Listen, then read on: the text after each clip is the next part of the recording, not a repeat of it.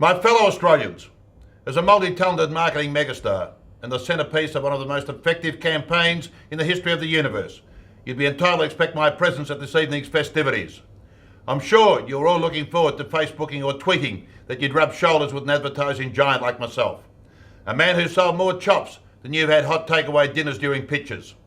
Unfortunately for you, my prior commitment to present the meat tray at the Ballarat RSL takes precedence over being fawned over by overpaid product peddlers and powder snorters, which is probably a good thing, because a level of un-Australianism at what purports to be the Australian Effie Awards would make me do my block. For starters, you've got agency names like Publicis or Three Drunk Monkeys.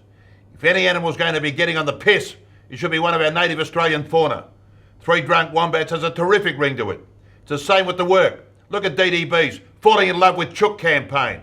What's wrong with falling in love with a few nice juicy lamb chops? Or maybe a McLamb burger for a real happy meal?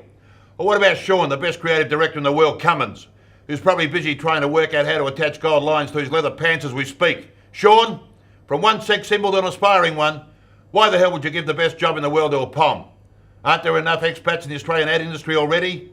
An Englishman, Irishman and a Scotsman walk into a bar isn't the start of a bad joke anymore. It's your typical industry function nowadays, or your average creative department.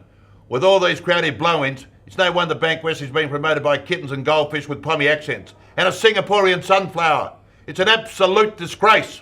And is there anything more un-Australian than a good old Aussie company like Pacific Brands going offshore? Next thing you know, Optus will be moving their call centres to India or something.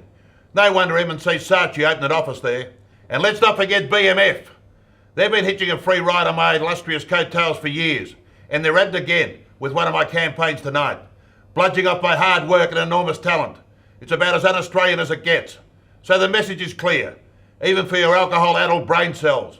It's time the Australian advertising industry redeemed itself by drastically reducing its un-Australian footprint. And the best way to do that is by putting me in all your advertising campaigns. What could be more Australian than Sam Kekovich flogging Vegemite? I'm already a one-man Tourism Victoria campaign. I could chop at a 4 and 20, grow and mow, and slam down a solo.